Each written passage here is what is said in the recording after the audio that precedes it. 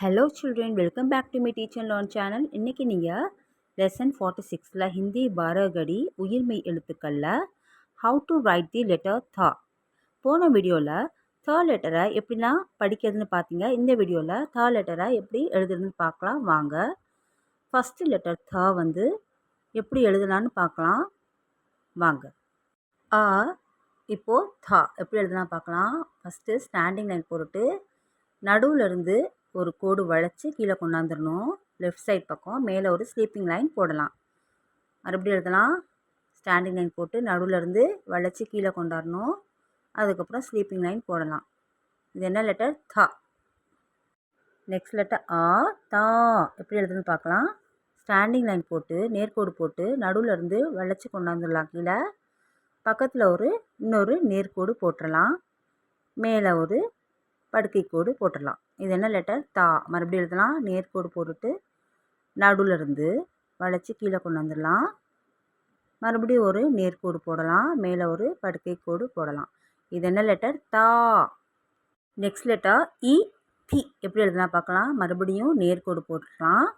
நடுவில் இருந்து கீழே வளைச்சி விட்டுறலாம். அதுக்கப்புறம் மேலேருந்து லெஃப்ட் சைட் பக்கம் கீழே கொண்டாந்துடும் வளைச்சி. அதுக்கப்புறம் மேலே படுக்கை கோடு போட்டுடலாம்.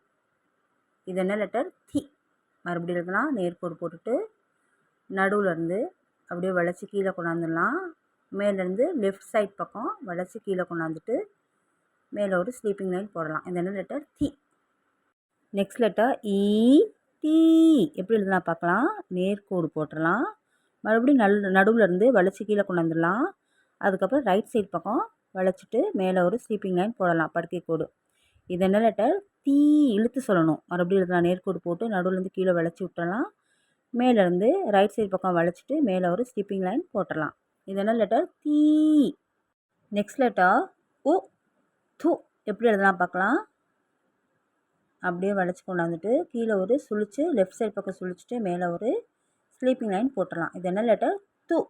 மறுபடியும் எழுதலாம். நேர்கோடு போட்டுட்டு நடுவில் இருந்து வளைச்சி கீழே கொண்டாந்துடலாம். கீழே ஒரு சுழிச்சிட்டு லெஃப்ட் சைடு பக்கம் சுழிச்சிட்டு மேலே ஒரு ஸ்லீப்பிங் லைன் போடலாம். இது என்ன லெட்டர்? து. நெக்ஸ்ட் லெட்டர் ஊ. தூ. இழுத்து சொல்லணும். எப்படி எழுதலாம் பார்க்கலாம். நேர்கோடு போட்டு நடுவில் வளைச்சி கீழே கொண்டாந்துடலாம். சுழிச்சிட்டு நேராக ரைட் சைடு பக்கம் சுழிச்சு இழுத்து விட்டுறலாம். மேலே ஒரு ஸ்லீப்பிங் லைன் போடலாம். மறுபடியும் எழுதலாம். நேர்கோடு போட்டு நடுவில் வளைச்சி கீழே கொண்டாந்துடலாம். ஒரு சுழிச்சிட்டு ரைட் சைடு பக்கம் இழுத்துட்டு மேலே ஒரு ஸ்லீப்பிங் லைன் போடலாம். இது என்ன லெட்டர்? தூ. Next letter A. தே எப்படி எழுதலாம் பார்க்கலாம். நேர்கோடு போட்டுட்டு நடுவில் கீழே வளைச்சி கொண்டாந்துடலாம். மேலே ஒரு சாய்வலாக ஒரு கொம்பு இழுத்துட்டு ஸ்லீப்பிங் லைன் போடலாம். மறுபடியும் எழுதலாம். நேர்கோடு போட்டுட்டு நடுவில் இருந்து கீழே வளைச்சி விட்டுடலாம். மேலேருந்து ஒரு சாய்வலாக கொம்பு இழுத்துட்டு ஸ்லீப்பிங் லைன் போடலாம். இது என்ன லெட்டர்? தே. நெக்ஸ்ட் லெட்டர் ஐ. தை எப்படி எழுதலாம் பார்க்கலாம். நேர்கோடு போட்டுட்டு நடுவில் இருந்து கீழே வளைச்சி விட்டுடலாம். மேலே ஒரு சாய்வலாக 2 கொம்பு இழுத்துட்டு நேராக ஸ்லீப்பிங் லைன் போட்டுடலாம். படுக்கை கோடு. இது என்ன லெட்டர்? தை. மறுபடியும் எழுதலாம். நேர்கோடு போட்டுட்டு நடுவில் கீழே வளைச்சி இழுத்து விட்டுடலாம். அதுக்கப்புறம் சாய்வலாக லெஃப்ட் சைட் பக்கம் 2 கொம்பு இழுத்துட்டு ஸ்லீப்பிங் லைன் போட்டுடலாம். இது என்ன லெட்டர்? தை. நெக்ஸ்ட் லெட்டர் ஓ. தோ எப்படி எழுதலாம் பார்க்கலாம். நேர்கோடு போட்டுட்டு நடுவில் வளைச்சி கீழே விட்டுடலாம்.